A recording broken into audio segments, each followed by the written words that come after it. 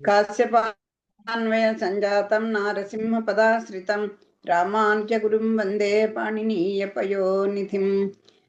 రామానుజ గోష్ఠికి సాధారణంగా ఆహ్వానం పలుకుతూ పెద్దలకు దాసం సమర్పించుకుంటూ మనం రామానుజుల్ని చరిత్రను కొనసాగించుకుందాం. యతిరాజ వింశతిలో 7-8 శ్లోకాలు చదువుకొని పాఠ్యాంశానికి వెళ్తాం. వృత్యా పశుర్నర వపుస్త్వహమీదృశోऽపి శ్రుత్యాదిసిద్ధ నిఖిలాత్మగుణాశ్రయోऽయం ఇత్యాదరేణ కృతినోऽపి మిథ ప్రవక్తుం అద్యాపి వంచన పరోత్ర యతీంద్రవర్తే. దుఃఖావహో అహమనిశం తవ దుష్టచేష్టః శబ్దాదిభోగనిరతః శరణాగతాఖ్యః త్వత్పాదభక్త ఇవ శిష్టజనౌఘమధ్యే మిథ్యాచరామి యతిరాజ తతోస్మి మూర్ఖః.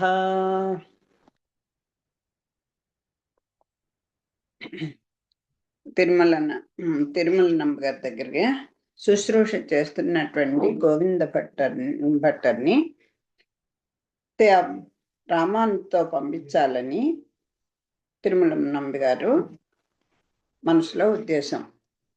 మరి ఇప్పుడు తిరుమల నివాసం చేయడం కోసం రామానుజులు వెళ్ళడం, అక్కడ 1 సంవత్సర కాలం పాటు రామాయణాన్ని చెప్పించుకోవడం అని మనం పూర్తయింది. అది ఆ అధ్యాయం పూర్తయింది. ఇప్పుడు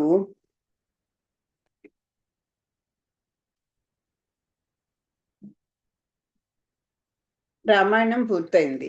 రామానుజులు ఇంత ఏకాగ్రత విన్నందున శ్రీశైల పూర్ణులు తృప్తిపడిరి. యతిరాజా, రామాయణం వింటివి, స్వామిని సేవించితివి, నాకు మిగుల సంతోషమయ్యాను. నీకేమి కావాలనో కోరిమి ఇచ్చదనండ్రి. లక్ష్మణులు, గోవింద భట్టరు ఆచార్య భక్తి చూచి ఉండినందున తమతో కొనిపోదల్చి, వాస్తవంగా నేను అడిగినది మీకు ఇయ్యవలనని ఉంటినా గోవింద భట్టరు నీయుడు అని అడిగిరి. నంబియు గోవింద భట్టర్ని కృతార్థం చేయుటకి ఈయన పిలుచుచున్నాడని తలచి, భట్టరు అతడు బహుదినములుగా ఉన్నందున మరల తిరిగి రాగలడని సంశయపడి రాగలగడని సంశయపడి వారిని ఉదకధారాపూర్వకంగా యతిరాజులకు అర్పించిరి. అంతేకాక తమ 2 పుత్రులు రామానుజులు మహాజ్ఞాత అయినందున వారి వలన తరింతురని తలచి యతిరాజుల వెంట పంపిరి. వారును రామానుజులను ఆశ్రయించి సకలార్థములు గ్రహించిరి. భట్టరు శ్రీశైల పూర్ణుల ఎడల మిగుల భక్తి కలిగి ఉన్నందుననే నరకమైనను తాను భరించి గురునకు సౌఖ్య మార్గము చూచిరి. అట్టి గురువును వదలుట, వారి పాదసేవ లేకుండుట భట్టరుకు దుఃఖ కారణములైనవి. కాలు చేతులు ఆడకపోయెను, ముఖమున కళ తప్పెను. రామానుజుల చూచి ఇతడు దాక్షిణ్యము చేత వచ్చినాడని తెలిసి, గోవింద, నీవు గురువును వదిలి చిక్కిపోవచ్చున్నట్లున్నది, వెళ్ళి వారిని సేవించిరమ్ము అని అన్నరి. భట్టరు సంతోషంతో తిరిగి వెళ్ళి తిరుమల నంబరి వాకిట నిలిచిరి. అతటి వారు ఆ వార్తను నంబికి చెప్పగా, వారు ఉదకధారా పూర్వకముగా యతిరాజులకు దానమిచ్చితిని కదా, తిరిగి ఎందుకు వచ్చినాడు?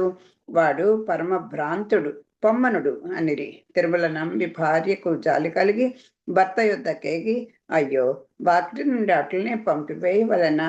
లోనికి పిలిచి భుజింపమని మంచి మాటలు చెప్పి పంపరాదా అనగా, నంబి, గోవు మనదైనప్పుడు కసవిచ్చి కాపాడుదుము, అమ్మిన తర్వాత అది తిరిగి వచ్చి గడ్డిలో మూతి పెట్టినా రోకలు నెత్తి కొట్టుదుమే కానీ కసువు వేయుదుమా?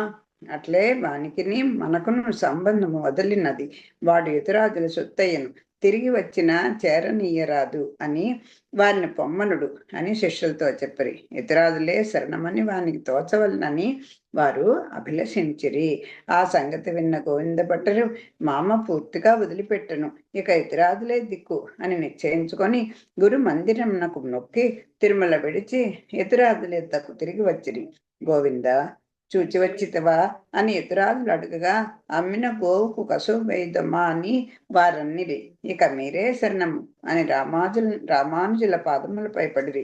యతిరాజులు వారిని ఆదరించి స్వామిని ధ్యానించిరి.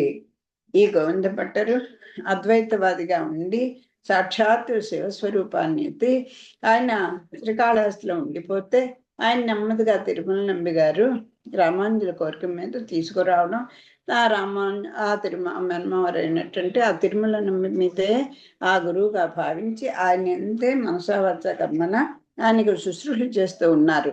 రామానుజులు తిరుమలలో ఉన్నప్పుడు ఇంకా గోవింద భట్టర్ యొక్క భక్తిని చూడడం ఇవన్నీ మనం చదువుకున్నాం. ఈయన్ని ఎలా అయినా మనం తీసుకెళ్ళాలి అని, అంటే ఇంకా ఆయనకి పూర్తిగా అన్ని నేర్పాలి అనే ఉద్దేశంతో ఉన్నారు. గురువు గారు కూడా అదే ఉద్దేశంతో ఉన్నారు. సరే, రామాయణం బాగా విన్న తర్వాత ఈయనకి ఏం కావాలో కోరుకోమని గురువు గారు అడిగితే తిరుమల నంబి గారు వారిని రామానుజులు గోవింద భట్టను పంపమని అడిగారు. శిష్యుడి యొక్క భక్తి తెలుసు కనుక వారేం చేశారు, అమ్మో ఇతను వెళ్ళినా ఉండడు, మళ్ళీ తిరిగి వచ్చేస్తాడు అని చెప్పేసి ధారాదత్తంగా, అంటే కన్యాదానం చేసి పిల్లని ఆల్రెడీ కాళ్ళు కడిగి ఎలా అయితే ఇస్తామో అలా ఉదకధారతోటి ఆయనకి అప్పచెప్పేశారు రామానుజులకి ఈ గోవింద భట్టని. కానీ ఆయన పాపం గురువు ఎంత భక్తో చూడండి, ఆయన అసలు వదలలేకుండా ఉన్నారు. రోజు రోజుకి చిక్కిపోతుంటే వెళ్ళి చూసి రమ్మంటే ఆయన గురువుగారు మళ్ళీ రానివ్వలేదు. ఎందుకని, ఆ గురువు యందు భక్తి విశ్వాసాలు లేకపోతే ఆ విద్యకి ఏమీ కూడా రాణింపు రాదు. అందుకోసమని ఈయనకి ఆ గురువు ఎందే ఎవరి మీదనే సరండి అతి అతి సర్వత్రా వర్జయతని ఆ గురువు ఎందు కూడా అంత మమకారం, ఈయన దగ్గర తప్ప ఇంకెవరి దగ్గర చెప్పుకోలేను, ఇంకెవరిది. అప్పుడు ఏమవుతుంది, మా గురుగారే గొప్ప, ఇంకెవరు కాదు అనేటువంటి అందరినీ సమంగా చూసే దృష్టి కూడా రాదు. అందుకోసమని వారు అలాగా ధారాదత్తంగా వారిని ఇచ్చేసేయడం అయింది. అప్పుడు ఆయన శంఖ కూడా పోగొట్టుకొని వారు గోవింద భట్టరు రామానుజుల్ని ఆశ్రయించి శరణు వేడారు. తర్వాత అంశం ఏంటంటే చీకటి ఎక్కడ అనేది ఒక కొత్త అంశం. గోవింద భట్టరు భార్య రజస్వలైనదనియు నిషేకము చేసుకొనుమనియు వారి తల్లి వచ్చి చెప్పాను. భట్టర్ రామానుజుని విడిచి ఒక్క క్షణమైన ఉండనని చెప్పినందున ఆమె పుత్రుని పంపమని ఇతురాజులను అడిగాను. వారు భట్టరుతో సుఖానుభవము చీకటి అందే జరగవలనని విధింపబడి ఉన్నది. దైవము సన్నిధానవర్తి ఉన్నందున వెలుతుల్లో అనుభవింపరాదని చెప్పి పంపిరి. ముహూర్తమై 2 నెలలు గడిచెను. భట్టరు భార్యను సృజింపలేరు. వారు ఆ సంగతి ఇతరాజులకు చెప్పిరి. ఏమిరా గోవిందా అని వారనగా భట్టరు స్వామి చీకటిని చూచి అనుభవించుమంటిరి, అది నాకు అగుపడలేదు. దీపం నార్పిన చీకటి రాదా? తాము నాకు ఉపదేశించిన రీతిగా భగవంతుని ధ్యానించుచున్నాను. ఆయన 33 కోట్ల దేవతలతో కోటి సూర్యులు దించినట్లు వెలుగుచున్నాడు. ఇక చీకటి ఎక్కడా? సర్వాంతర్యామిని అనంతుని ఎట్లు తీసివేయుదును? నాకు చీకటి లేదు. ఇక గృహస్థాశ్రమమున ఉండుటేట్లు? ఇది పొసగనిది కాన నాకు సన్యాసమిప్పింపుడు. ఇట్లు పలువురు ప్రార్థింపగా యతిరాజులు భట్టరుకు సన్యాసమిచ్చి పునర్జన్మమైనందున మన్నాథ ఎంబెరుమానార్ అని పేరు పెట్టిరి. ఎంబెరుమానారా అని పిలిచిరి. తన యందు సంతోషించి తన ఎంబెరుమానారని పిలిచిన తిరుకోటియూరు నంబిక వలె తామును భట్టర్ విషయమున ఆనందపడి ఎంబెరుమానారా అని పిలిచిరి. అంతా భట్టరు స్వామి మీ పేరు నేను భరింపలేను, వేరు పేరు పెట్టుడని కోరగా పెట్టిన పేరు తీయుట సరికాదని ఎంబార్ అని పిలిచిరి. లోకమున భోగహీనత నందియో ఎల్లరు సేవింపవచ్చెదరనియో భార్యతో జగడమాడియో బిడ్డలు నిరాదరించిరనియో సన్యసించిన వాడు భగవద్గీతలో చెప్పినట్లు భయభ్రష్టుడగును. గోవింద భట్టరు అట్లుగాక భక్తి జ్ఞాన వైరాగ్యముల ద్వారా అందుకు అర్హతతో సన్యాసం పొందిరి. దాన్ని ప్రసాదించిన వారో ఇది సార్వభౌములు కదా. చూడండి, అంటే ఏ ఆశ్రమ స్వీకారమైనా తీసుకోవాలంటే దానికి కొన్ని నియమాలు ఉంటాయి. ఎందుకు ఇలాగ సన్యసిస్తున్నారు కొంతమంది అంటే, ఆ ఏమీ భోగాలు ఏమిట్లేదు, యోగ్యం ఉంటాయండి, భోగ్యం ఉంటాయండి, ఎప్పుడు నా జీవితం ఇలా ఉందనుకుంటూ ఒక చిన్నతనంతో అలాగైనా అయిపోవచ్చు. లేకపోతే భార్యతో జగడమాడో, లేకపోతే బిడ్డలు సరిగా చూడట్లేదనో అలాగ పెడుతూ ఉంటారు.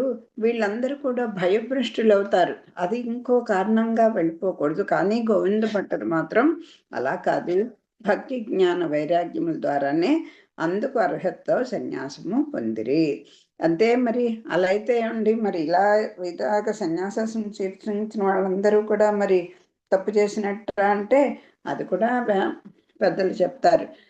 మనం నిన్న కూడా ప్రస్తావనలు అనుకున్నాం కదా, విశేషమైనటువంటి ధర్మం ఉంటే సామాన్య ధర్మం కూడా వదిలిపెట్టమని అని చెప్తారు. అది అన్నీ కూడా ఏ జరిగినా శివనాజ్ఞ లేనిదే చేయమనే కుట్టదు అని అది నమ్మకం అనుకున్నప్పుడు భగవదేచ్ఛగా మనం తలచాలి తప్ప మనం ఎవరిని విమర్శించకూడదు.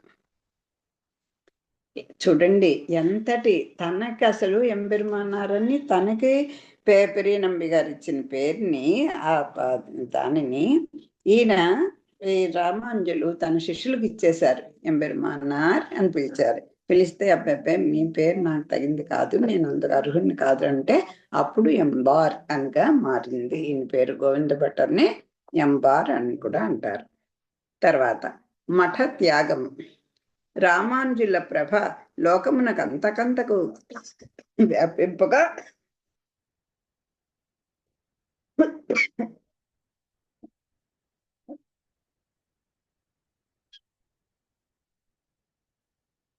రామానుజుల ప్రభ లోకమున అంతకంతకు వ్యాపింపగా దానిచే ఆకృష్టులై నిత్యము ప్రజలు శ్రీరంగం వచ్చుచుండిరి. ఒకనాడు అట్లు వచ్చి కొందరు ఎంబెరుమానార్ మఠమెచ్చట అని వీధిన పోవారిని అడుగగా వారు ఏ ఎంబెరుమానార్ అనిరి. ఆ వచ్చిన వారు ఆశ్చర్యపడి ఆ పేరు కలవారు ఇంకను ఉన్నారా, మేమొక్కరినే ఎరుగుదము, రామానుజాచార్యులు నీవు పిలువబడు ఎంబెరుమానార్ను మేము అడిగితమనిరి. అదుగో ఆ వీధి చివర అని వీధి వారు మఠమును చూపిరి. ఆ పేరు కల మరొకరెవరు అని వారు అడుగగా అరుళాళ పెరుమాళ్ ఎంబెరుమానార్ అని మరి ఒకరున్నారని వీధి వారనిరి. వారు రామానుజులను దర్శించిరి. అంటే ఇప్పుడు ముగ్గురు వచ్చారు. గోవింద భట్టరికి అలాంటి పేరు ఇచ్చారు. యామన్ లెక్క కుమారులైనటువంటి అరుళాళ పెరుమాళ్ ఎంబెరుమానార్ అని ఆయన ఒకరున్నారు అని చెప్పారు. ఆయన చూడాలని వెళ్ళారు. రామాన్ని దర్శించడానికి వచ్చినటువంటి కొంతమంది. ఆ సంగతి అరుళాళ పెరుమాళ్ ఎంబెరుమానార్కు తెలిసి ఎంత అపరాధము కలిగినది, ఆత్మస్వరూపమా నాశనమగునే, ప్రజలు చూటుగా ఎంబెరుమానార్ల సన్నిధికి పోవుటకు ఆటంకమవుతున్నదని చింతించి తన మఠము పడగొట్టించి రామానుజుల మఠమునకు వచ్చి నమస్కరింపగా వారు ఏమి సంగతి అని అడిగిరి. ఆయన ఇట్లను, ఈ జీవుడు 84 కోట్ల జీవరాశులలో పుట్టి అందందు మాతృస్తన్య పానము చేసి జనన మరణములొంది నరకయాతనలు అనుభవించి చివరకు నరజన్మ ఎత్తినాడు. ఈ జన్మమైనను సార్థము కావలదా, జీవుడును సర్వేశ్వరుడును ఒకటే అను మతమున జన్మించి తిని అధమ యోనుల నుండి ఉత్తమ జన్మకు వలె తమచే వాదమున నోడి కృతకృత్యుడనైతిని. తమ కటాక్ష వీక్షణము సోకినది, మరల పతనమా ఎంత అపరాధం ఏర్పడినది, నేను తమ ప్రతినిధిగా నున్నట్లు ప్రజలకు అర్థమవుతున్నది కనుక నాకు ప్రత్యేకం మఠం అక్కర్లేదని నేనున్న దాన్ని పడగొట్టించుతని. ఇప్పుడు భక్తులు మీ వద్దకే తిన్నగా రాగలరు. నేనిచ్చట మీ అందరి శిష్యుల కింద అధమాధముడనై కైంకర్యము చేయగోరుచున్నాను అని చెప్పగా యతిరాజులు సమ్మతించిరి. అనేక వృక్షములలో కల్పవృక్షం వలె పూర్వపు యజ్ఞమూర్తి అతడి శిష్యకోటిలో శ్రేష్ఠులై కైంకర్యము చేయుచుండిరి. అప్పుడు మొదలయాండాను యజ్ఞమూర్తి ఉన్నారు కదా, వాళ్ళలాగా ఈయన అలాగయ్యాట, అలాగా చేస్తున్నట ఈయన ఈ కైంకర్యాన్ని. నాకు వేరే మఠం అక్కర్లేదు, నేను మీ శిష్యుడుగానే ఉంటాను అనుకుని యామునుల మొదటి కోరిక తీర్చుట. ఆళ్వందారులకే యామనముని అని కదా పేర్లు. ఆ యామనాచార్యులు చనిపోయేటప్పుడు రామానుజులు చూడలేదు, పాపం చర్మ దేహాన్ని దర్శించడానికి వచ్చేసరికి వారి 3 వేలు ముంచుకొని ఉండడం, ఇదేమి ఎలా జరిగిందని అంటే, అప్పుడు మీరే గ్రహించాలని అక్కడ వాళ్ళందరూ అనడం. అప్పుడు వారికి ఆ 3 వేళ్ళు కూడా 3 కోరికలు నేను తీరుస్తాను రామానుజులు అనడంతో ఒక్కొక్క దానికి ఒక్కొక్క వేలు బయటికి రావడం మనం చదువుకున్నాం. ఇప్పుడు అది మొదటి కోరిక తీర్చుట. యామునాచార్యుల మనోరథం తీర్చిన బాగుండునని కూరత్తాళ్వాన్ మొదలగు శిష్యులు ఇతిరాజుతో చెప్పుచుండిరి. బ్రహ్మసూత్రములకు భాష్యము వ్రాయవలనన్న బోధాయన వృత్తియను గ్రంథమును సంప్రదించుట ఆవశ్యకమై ఉండెను. అట్టి వ్యాఖ్యానములు ఉపేక్షింపరానివి. ఏ విషయమునకైనా దానికి ఉపకరించు గ్రంథ పరిశీలన చేసి విశేషములు గ్రహించు పద్ధతికి యామునులే దారి చూపియుండిరి.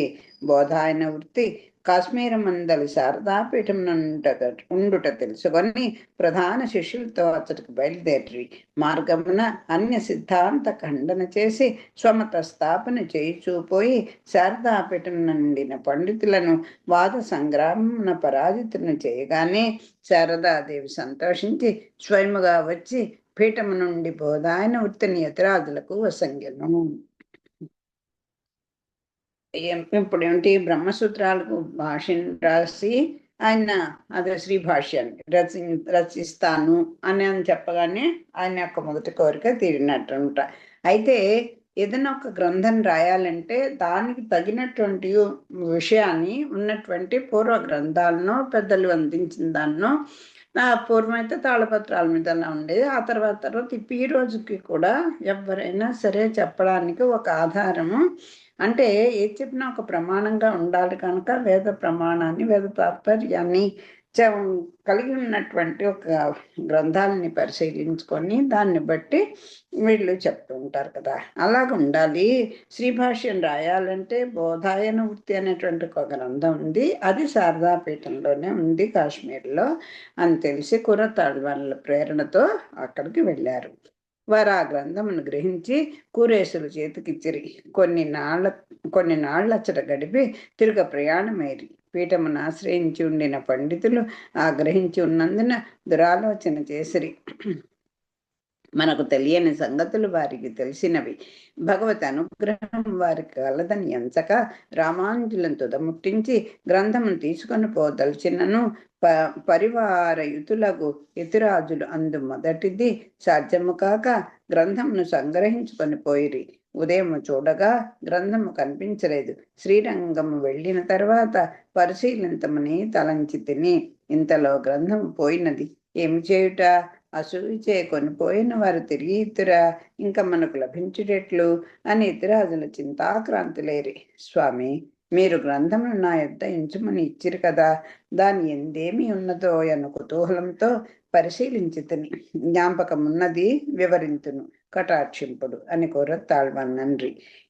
ఇట్లనుట అపచారమగునేమో అని తలచిన వారై తమ కటాక్షం చేత అనిరి.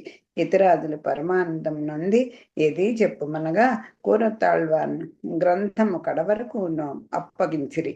ఇతిరాజులు వినిరి.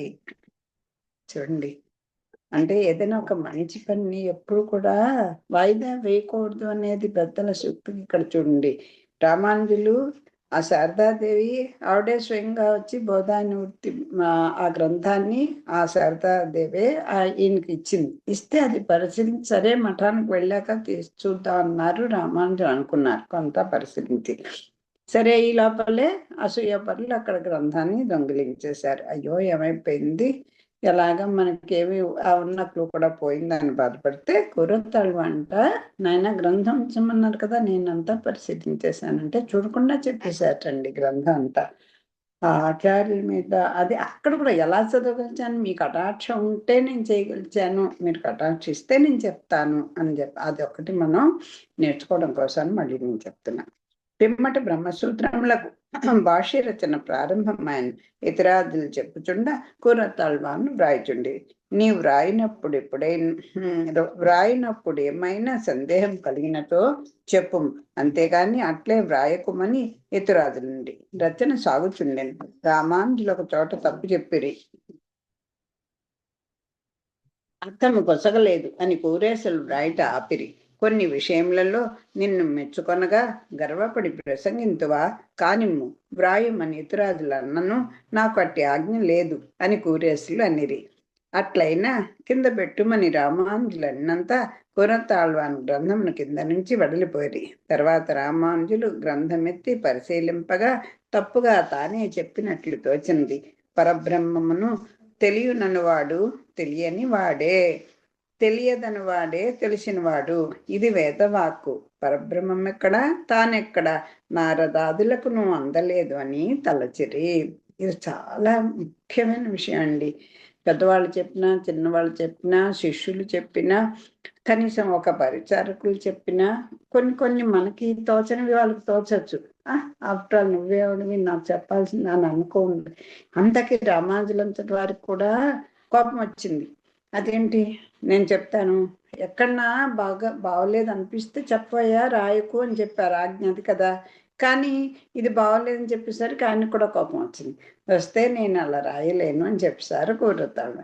ఆ గ్రంథం అక్కడ పెడితే ఇక్కడ మనం ఎందుకు చెప్పుకున్నాం అంటే, మనం ఏదో పొరపాటు చేస్తే అబ్బే నేనేం పొరపాటు చేయలేదు అన్న ఆ స్థిరత్వంతో ఉండిపోకూడదు. ఎక్కడన్నా పొరపాటు పోనీ అన్నీ ఒకసారి పునరాలోచన చేసుకోవాలి. అందుకే రామానుజులు తమ గ్రంథాన్ని మళ్ళీ పరిశీలిస్తే తామే తప్పు చెప్పినట్టుగా గ్రహించుకున్నారు. అది నేర్చుకోవాలి మనం ఇక్కడ. అందుకు చెప్తాను ఏమిటి, ఆ వేదాలు కూడా భగవంతుని యొక్క ఆనంద గుణాన్ని చెప్పలేక ఏదో వాచో నివర్తంతే అని తిరిగి వచ్చేసాయి. అంత వేదాలు కూడా భగవంతుని యొక్క ఆనందం అనేటువంటి ఒక్క గుణాన్ని చెప్పలేక తిరిగి వచ్చేస్తే ఇంకా మనం ఎంతటి వారము అని. అంటే భగవంతుడు నాకు తెలుసండి, భగవంతుడి గురించి నేను చెప్పేస్తా అన్నవాడు ఎవరన్నా ఉంటే వాడు తెలియని వాడు అని లెక్క పెట్టుకోండి. అబ్బాయి నాకేం తెలియదండి, భగవంతుడి గురించి మనం ఏం చెప్పగలం, నాకు అసలు ఏమి తెలీదు అన్నవాడు తెలిసిన వాడు అవుతాడు. అంటే ఇంతో అంతో భగవత్ కటాక్షం ఉండి ఏవో ఒక మాట చెప్పగలుగుతారు తప్ప పరిపూర్ణంగా ఎవ్వరికీ సాధ్యం కాదు భగవత్ తత్వం తెలుసుకోవడం అని తలిచి ఇలా అనుకున్నారు. అప్పుడు పరబ్రహ్మంను తెలియనన్నవాడు తెలియనివాడే, తెలియనన్నవాడు తెలిసింది అన్నవాడు తెలియనివాడు, తెలియదన్నవాడే తెలిసినవాడు. ఇది వేదవాకు. పరబ్రహ్మం ఎక్కడ తానెక్కడ నారదాదులకు నువ్వు అందలేదు అని తలచిరి. ఒక పండితుడు రాజసన్మానము నందగోరి రాజు భాగవతమనిన చెవి కోసుకున్నవాడని విని తాను భాగవతం చెప్పుదునని వచ్చినట్ట. రాజు తనకప్పుడు విన తీరిక లేదని చెప్పుచు పండితునకు భోజన వసతులనిచ్చుచు కాలహరణము చేసినట్ట. పండితుడు ఎప్పుడు చెప్పుటకు వచ్చినను రాజు సమయం లేదనియే చెప్పుచుండినందున రాజేమి అడుగునోయని పండితుడు భాగవతము సవివరముగా చదవసాగిన. పండితుడు అట్లు చదివి ఒకనాడు ప్రభువుతో భాగవతార్థము గ్రహించుటకు సుఖమహర్షియే సరియగువాడనెను. భాగవతం గురించి పండితునకు ఇప్పుడు తెలిసినదని రాజునకు అవగతమైంది. రామాంజలి సంగతి తలచి కూరేశల్ని పిలిచి ఆలంగనము చేసుకొని మంచి మాటలు చెప్పి ఇట్టి బుద్ధిమంతునికి అధిక ప్రసంగి అంటినే అపచారమైనది అనుకొనుచు కూరేశ ఇప్పుడు వ్రాయము సవరించుకొంటిని అన్నంతా వారిను గ్రంథం ఎత్తి వ్రాయ సిద్ధమైరి. ఇది కూడా చక్కగా మనం అయిపోయింది. 2 లైన్లు ఉన్నాయి, చదివేసుకుని చెప్పుకుందాం. ఎతిరాజులట్లు స్వమతమును స్థాపించుచు చేతనోద్ధరణకై శ్రీభాష్యం రచించి భూమండలమున నిలిపిరి. యామునుల 3 అభిప్రాయములలో ఒకటి నెరవేరినని వ్రాయించుచుండిరి అనిరి. రాసియుంచుడు అనిరి. అంటే నేను చెప్తుండా మీరు రాయండి. ఇప్పటికి మనం ఆ యామునుల యొక్క మొదటి కోరిక తీర్చుకున్నాం. అంటే శ్రీభాష్యాన్ని వెలుగులోకి తీసుకొస్తాను. వ్యాసుడు రాసినటువంటి బ్రహ్మసూత్రాలకి సమన్వయం చేసి రాసిందే శ్రీభాష్యం. దీనికి ఇప్పుడు పైన మనం పరబ్రహ్మము తెలుసు నాకు అన్నవాడే తెలియనివాడు, నాకు తెలియదు అన్నవాడే తెలిసినవాడు అని కదా చెప్పుకున్నారు. దానికి ఒక చిన్న వృత్తాంతం చెప్తున్నారు. ఒక రాజుగారికి ఓ పండితుడు, ఈ రాజుగారికి భాగవత్ అంటే చాలా ఇష్టం అని చెప్పేసి చెప్పడానికి వచ్చారట. వస్తే ఆయనేమో ఎప్పటికప్పుడే కాదు కాదన్నట. బాబాయ్ ఎప్పుడన్నా ఇలాగ అంటున్నారు, ఏమోలే ఏమడుగుతారు, ఎందుకని మంచిది అనుకొని ఈయన మొత్తం మళ్ళీ క్షుణ్ణంగా చదువుకోవడం నేర్చుకున్నారు ఈ పండితుడు. నేర్చుకున్నాక ఆయనకు అర్థమైపోయింది. ఇంకా అబ్బో అబ్బో ఈ గ్రంథాన్ని నేనైతే చెప్పలేను, ఆ సుఖ మహర్షే చెప్పాలి అని అంటే నేను చెప్పేస్తాను వచ్చినందుకు పరాభం అయిపోయింది. భగవంతుడు అలా పరాభం చేశాడు. దీన్ని మనం చెప్పలేము, ఏదో నా తోచింది చెప్తానండి అన్నట్లు నేను చెప్తా అన్నాడు. అందుకని ఈ ఆ అహంకారం తగ్గించడానికే రాజు అలా చేశాడు భగవంతుడు. ఆ రూపంగా ఈయన యొక్క తెలుసుకునేట్టు చేశారు ఈయన బుద్ధిని. ఇంకప్పుడు అయ్యో అలా అయింది కదా, అప్పుడు సుఖ మహర్షి అంతటి వాడికే అది సాధ్యము అని అంటే మనం ఏదో పాట చెప్తాం తప్ప పెద్దలు చెప్పినట్టుగా ఉన్నట్టుగా చెప్పలేము అని తెలుసుకోవడమే గొప్ప విషయాన్ని. అప్పుడు అయ్యో నేను చెప్పింది కరెక్ట్ అనుకున్నాను, ఈ కురతలు అన్నీ అనవసరంగా అన్నాను అని ఆయనకి మళ్ళీ పశ్చాత్తాపడి తప్పు చేయొచ్చు. ఎంతటి వారని అంతటి రామానుజుల నుంచి మనం నేర్చుకునేది ఏంటి, పొరపాటు చేస్తే దాన్ని సరిదిద్దుకొని మళ్ళీ వాళ్ళని ఆదరించగలగాలి, తమ కింద వాళ్ళని కూడా. తర్వాత స్వామికి మంత్రోపదేశం. యతిరాజులకు మరల దేశ సంచారాభిలాష కలిగి శ్రీరంగనాథుని వద్ద అనుమతి పొంది బయలుదేరి చోళ పాండ్య దేశముల సంచరించుచు దివ్యదేశములు దర్శించుచు ఎదిరించిన వారిని వాదమున ఓడించి స్వమత స్థాపన చేయుచూ పోయి తిరుక్కురుంగుడి చేరి అతడు చేరిన వారికి కాలక్షేపం చెప్పుచుండిరి. అప్పుడు ఒక వైష్ణవుడు వచ్చి నమస్కరించి మంత్రోపదేశం చేయడని కోరెను. లక్ష్మణులు వారిని సమీపమునకు పిలిచి స్వహస్తములతో పుండ్రధారణ చేసి మంత్రము తర్వాత ఉపదేశించుననిరి. పిమ్మట యతిరాజులు స్వామి సన్నిధికి పోగా తాను పెట్టిన పుండ్రము స్వామి నుదుట నుండెను. వారు స్వామియే తమ వద్దకు వచ్చినని గ్రహించి శరణాగతి గద్యను రచించి దానిచే స్వామిని స్తుతించిరి. అంత స్వామియే దిగివచ్చి యతిరాజులకు ఆసనమిచ్చిరి. వారు వలదన్న అనుచున్న స్వామి స్వస్తి ప్రజాభ్య పరిపాలయంతాం న్యాయేన మార్గేణ మహిమహింసాః గోబ్రాహ్మణేభ్యः శుభమస్తు నిత్యం లోకాः సమస్తాः సుఖినో భవంతు. మంగళం కౌసలేంద్రాయ మహనీగుణాప్తయే చక్రవర్తి తనూజాయ సార్వభౌమాయ మంగళం. సర్వం శ్రీకృష్ణార్పణమస్తు.